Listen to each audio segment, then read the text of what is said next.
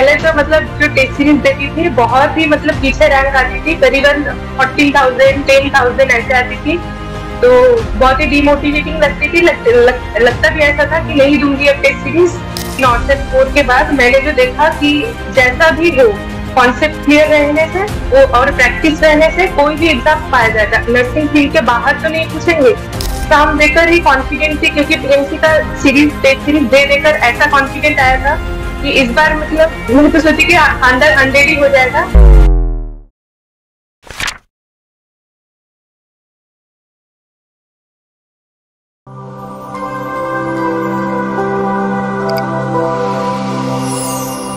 नमस्कार, एक बार फिर से आप सभी साथियों का हार्दिक स्वागत अभिनंदन टीएनसी के इस ऑनलाइन प्लेटफॉर्म में। Myself Bhoja Palariya, assistant nursing superintendent AIIMS Patna. एक बार फिर से आप सभी साथियों का हार्दिक स्वागत और अभिनंदन करता हूं। जैसा कि आप सभी को पता है कि टीएनसी लगातार इंटरव्यू सेशंस कर रही है, और इस इंटरव्यू सेशंस में आज हमारे साथ एक बहुत ही नए मेहमान और बहुत ही जबरदस्त रैंक को हासिल किया है। तो सबसे पहले तो बहुत बहुत बधाई और शुभकामनाएं Neetu ji. Thank you so much sir. एक बहुत ही बड़ा अचीवमेंट, ऑल इंडिया रैंक 101 के साथ कैसा लग रहा है? सर खुशी तो बहुत है, लेकिन इसके पीछे मेहनत भी बहुत थी।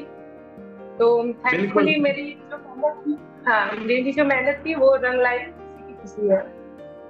बहुत ही अच्छी बात है। और ये मेहनत का ही परिणाम है, और मेहनत का परिणाम जब खुशियों में बदलता है तो बहुत ज्यादा खुशियां बढ़ जाती है। और ये रियली आपने कर दिखाया है, और बहुत ही जबरदस्त बात है कि इतनी मेहनत इस परिणाम में जब बदलती है तो खुशियां 3 दुगनी 4 चौगुनी हो जाती है। तो सबसे पहले आज आपसे बहुत सारे क्वेश्चंस पूछने वाले हैं। बहुत सारे आपसे बच्चे इंटरव्यू में जानना चाहते हैं कि इनका एक्सपीरियंस क्या रहा, कैसा स्ट्रगल रहा, किस प्रकार से इन्होंने पढ़ाई की, क्या रूटीन रहा, साथ ही साथ इन्होंने कितने मार्क्स किए, कौन सी बुक्स पढ़ी। ये सारे क्वेश्चंस मैं आज आपसे पूछने वाला हूं। तो सबसे पहले इस इंटरव्यू की शुरुआत करेंगे आपके अपने इंट्रोडक्शन से। Good evening sir, myself Neetu Yadav and I have done my schooling from Panisala university Vidyapeeth Hooghly. और मैंने जो ग्रेजुएशन की है बीएससी नर्सिंग में, वो college of nursing medical college and hospital Kolkata से की है।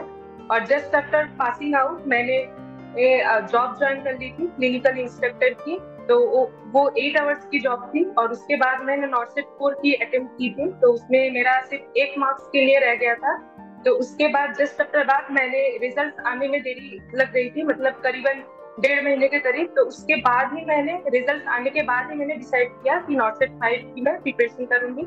उसके बाद से मेरी 2 मंथ्स की प्रिपरेशन में मेरी ये रैंक आई।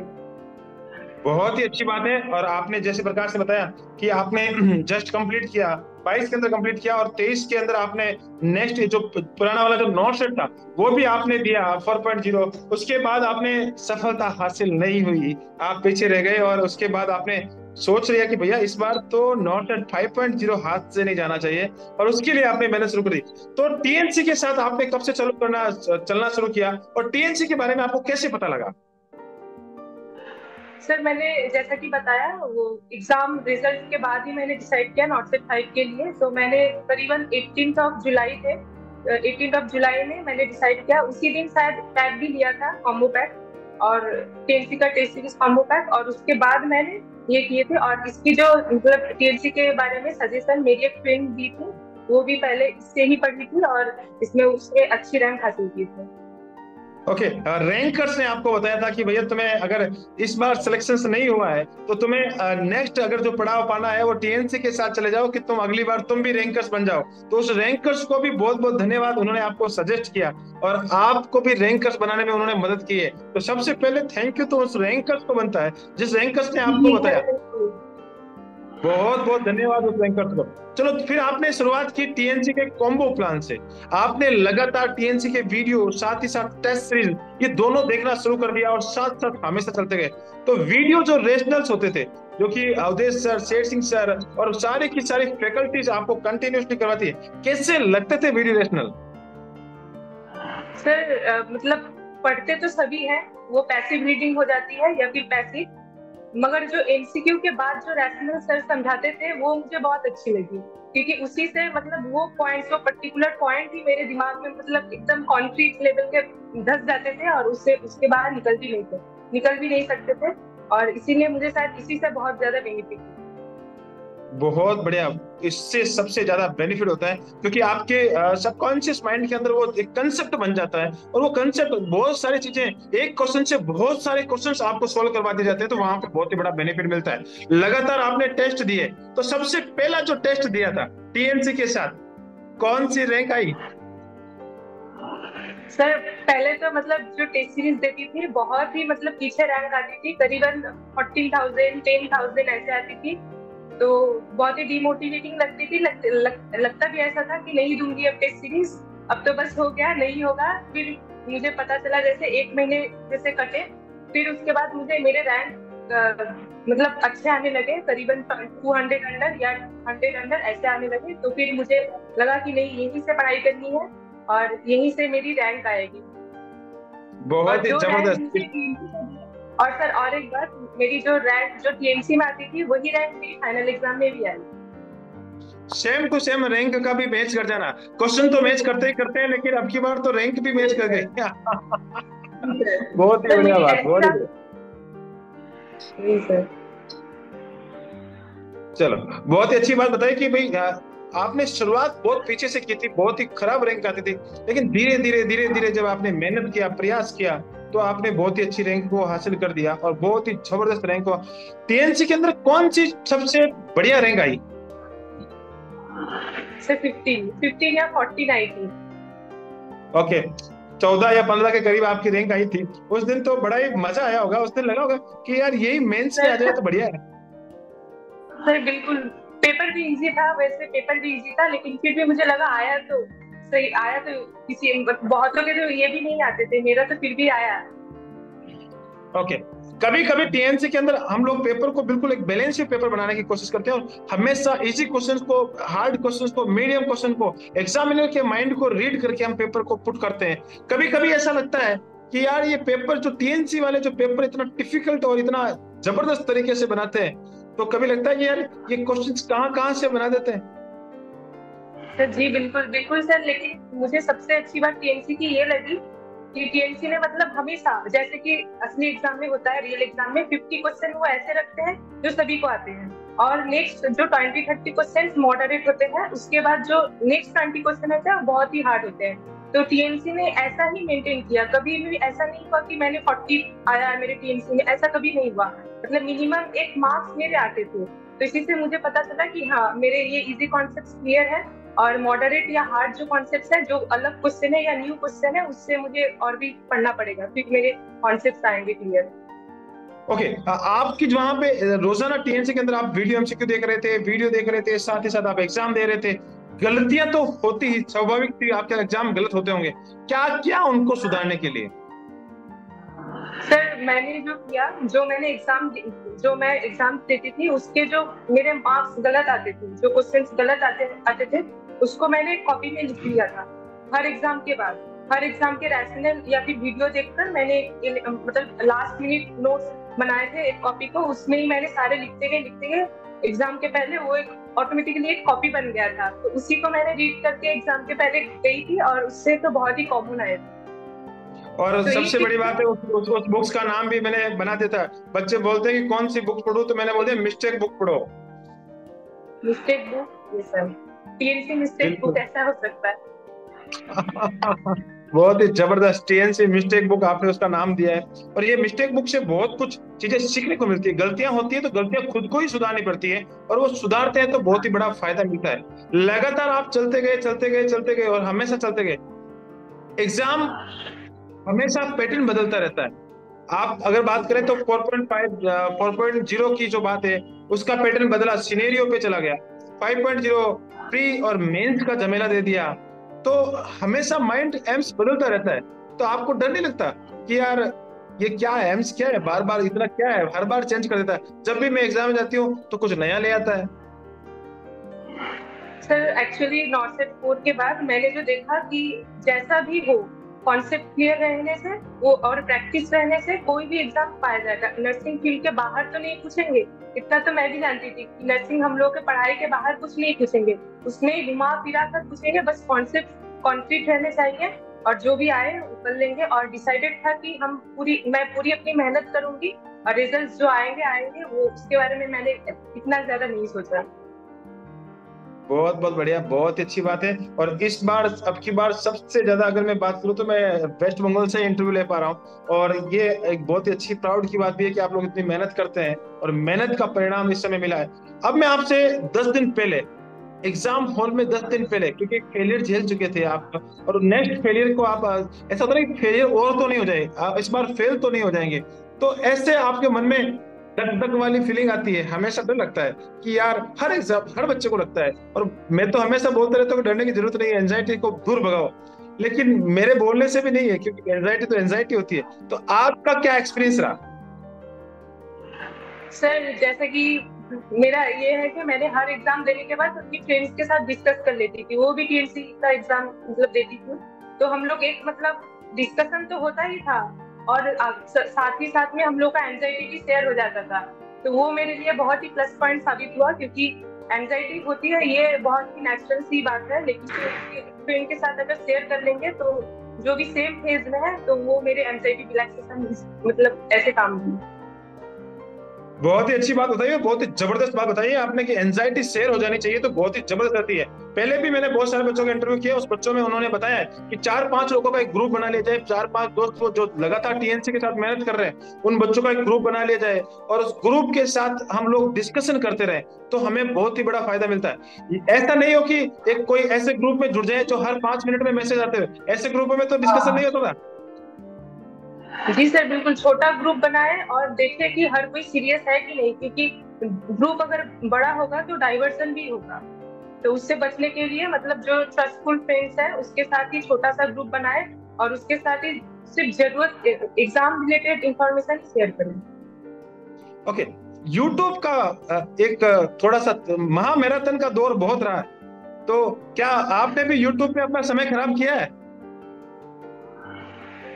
सर नहीं, मैंने तो यूट्यूब में ज्यादा कोई भी वीडियो नहीं देखी है, सिर्फ थोड़ी बहुत कभी कभार मोटिवेशनल वीडियो देख लेती थी आपका, वो है।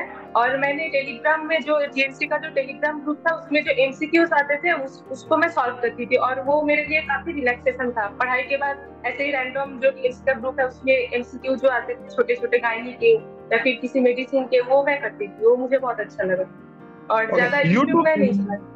यूट्यूब पे आपने भरोसा नहीं किया, यूट्यूब को बोलते भाई तौबा तौबा, तुम अब यहाँ पे मुझे लाइव में कमेंट नहीं करने हैं, मुझे तो खुद को मेहनत करनी है, और मेहनत करके आपने अपना ये कीर्तिमान रचा है, यूट्यूब से तो आपने तौबा ही बना ली।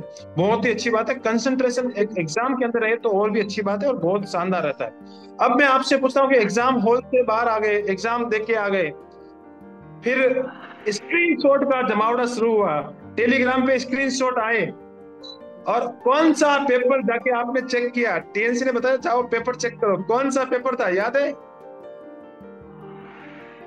सर मैंने तो सर मुझे याद नहीं है, क्योंकि मैं जब एग्जाम देके निकली थी मेरे दिमाग में यही था कि इस बार तो सिलेक्शन हो जाएगा। मैंने फ्रेंड्स को भी फोन करके बोला सिलेक्शन हो जाएगा, क्योंकि एग्जाम बहुत ही अच्छा गया था। फैमिली को भी बोला एग्जाम बहुत ही अच्छा गया था। बाकी मैंने कुछ भी चेक नहीं किया। ओके, आपने छोड़ा, जो हो गया सो हो गया, अब मुझे कुछ चेक वेक नहीं करना है, मुझे तो बस इतना करना है कि भैया जो होगा देखा जाएगा। ऐसा लगा कि इस बार सिलेक्शन तो हो जाएगा, लेकिन इतनी अच्छी रैंक 101, यानी पूरे भारत के अंदर इस आंकड़े को सम्मान के साथ देखा जाता है, 101। और ये आंकड़ा टीएनसी ने भी फिक्स किया है प्रीवियस ईयर पेपर के लिए, 101 रुपए में सारे प्रीवियस ईयर पेपर टीएनसी देती है, तो ये आंकड़ा टीएनसी ने भी फिक्स कर रखा है 101 का। तो आपने तो 101 रैंक हासिल की, ऐसा लग रहा था कि हाँ हो जाएगी 101। जी सर, बिल्कुल बिल्कुल, मैं एग्जाम देकर ही कॉन्फिडेंट थी, क्योंकि टीएमसी का टेस्ट सीरीज दे देकर ऐसा कॉन्फिडेंट आया था कि इस बार मतलब मैं तो सोची कि 100 ही हो जाएगा। तो कुछ नहीं, वो 101 था, इससे कुछ नहीं। टीएमसी का टेस्ट सीरीज में भी यही रैंक आता था, सेम टू सेम यही रैंक असली एग्जाम में भी आ गया। ओके, वैसे बात करें तो टीएनसी का सेम एग्जाम ही होता है, और सेम एग्जाम में आपकी सेम टू सेम रैंक का आ जाना बहुत ही जबरदस्त बात है। चलो अब आपसे मैं कुछ चीजें और पूछना चाहता हूँ। बच्चे जानना चाह रहे हैं कि टॉपर से पूछा जाए किस प्रकार से वो रोजाना अपना जो रोजाना की जो पढ़ाई का शेड्यूल था वो किस प्रकार से मेंटेन करते थे, कितने घंटे पढ़ाई करते थे? सर मैंने तो बहुत ही मतलब टाइट शेड्यूल ही बनाई थी, क्योंकि मेरे पास 2 महीने का टाइम था। तो मैं सुबह 5 बजे उठती थी, 5 बजे उठकर मेरे जो सबसे हार्ड टॉपिक रहते थे उसको मैंने पहले पढ़ लेती थी।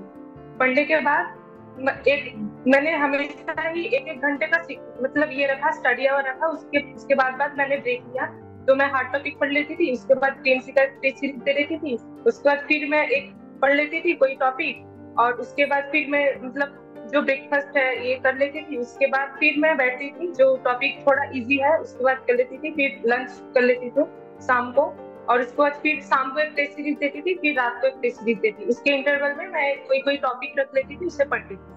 और रात को सोने से पहले मैंने जो कुछ भी पढ़ा है उसको एक बार पूरी तरह मतलब शॉर्टली एक बार देख लेती थी। तो ये मेरा शेड्यूल था। और दिन में मैंने ये करीबन 12 से 14 घंटे मैंने दिए। ओके, लास्ट मोमेंट में आपने 12 से 14 घंटे पढ़ा, और सबसे अच्छी बात आपने जो बताई है वो है ड्यूरेशन के अंदर पढ़ा। एक छोटे छोटे टारगेट बनाए और दिन भर छोटे छोटे टारगेट को आपने कंप्लीट किया, और लास्ट में जाके रात शाम में उसको कंपाइल कर दिया, और कंपाइल करने के बाद जस्ट एक फास्ट एक रैपिड रिवीजन के रूप में आपने पढ़ा। ये आपकी रणनीति थी और बहुत ही जबरदस्त रणनीति। कितने क्वेश्चन इस एग्जाम में आपने अटेम्प्ट किए थे, मेंस के एग्जाम? सर मैंने तो 93 क्वेश्चन अटेम्प्ट किए थे। मतलब मैं टीएमसी के टेस्ट सीरीज में भी यही करती थी, इसलिए मुझे लगा कि थोड़ा ज्यादा ही अटेम्प्ट हो गया है, फिर भी मैंने किए थे। उसके बाद मेरे मार्क्स तो 65 आए हैं। गलती बहुत ही हुई है, फिर गलतियां तो बहुत हुई है। अब सब बच्चों को पता लग गया कि टॉपर्स कोई बड़ी चीज नहीं करता है, गलतियां तो टॉपर्स भी करता है, लेकिन गलतियां तो इंसान से होती है, बिल्कुल होती है। और हर इंसान जब गलती करता है तो बिल्कुल एक लाजमी है।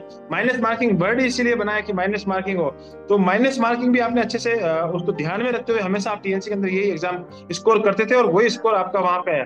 लास्ट में मेरा एक सवाल बहुत ही जबरदस्त और शानदार सवाल है। ये आने वाले जितने भी फ्यूचर नर्सिंग ऑफिसर्स हैं इस समय जो आपको देख पा रहे हैं वेस्ट बंगाल से, वो सारे के सारे साथी यही सोच रहे होंगे कि सर जल्दी से जल्दी इनसे एक क्वेश्चन पूछा जाए कि हम इनकी जो 101 वाला जो आंकड़ा इन्होंने हासिल किया है, 101 का आंकड़ा, उससे भी अच्छा स्कोर हम नेक्स्ट एग्जाम में कर पाए। तो वो जानना चाहते हैं कि एक बहुत ही नीतू एक हमें ऐसा एक सजेशन या की पॉइंट दे दें जिससे हम लोग टॉप रैंक हासिल कर जाएं।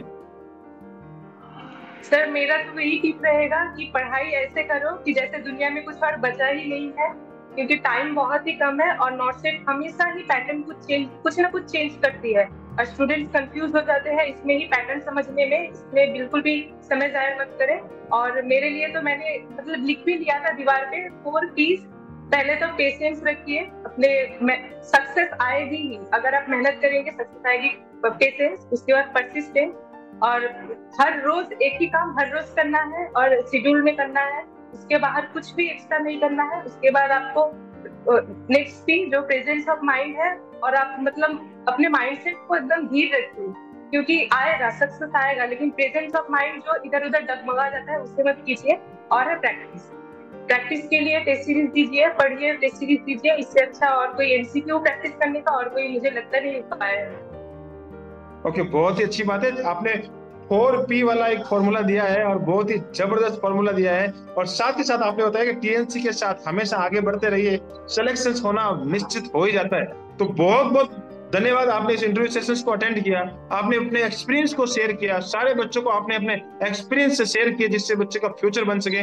बहुत बहुत धन्यवाद सर। आपको भी धन्यवाद, पूरे टीएनसी टीम को धन्यवाद। इतनी शॉर्ट ड्यूरेशन में इतना बड़ा सक्सेस टीएनसी के अलावा संभव नहीं था। Thank you TNC. बहुत बहुत धन्यवाद। और आप हमेशा ऐसे ही अपना नाम, अपने माता पिता का नाम, साथ ही साथ जिस धरती से आते हैं उस धरती का नाम, कोलकाता का नाम, और साथ ही साथ पूरे के पूरे जितने भी गुरुजन हैं, जहां तक आपके कोलकाता जब मेडिकल कॉलेज के जितने भी गुरुजन हैं, नर्सिंग कॉलेज के गुरुजन हैं, उनका नाम, और साथ ही साथ टीएनसी का नाम हमेशा रोशन करते रहे। जय हिंद, जय भारत, वंदे मातरम। Thank you so much.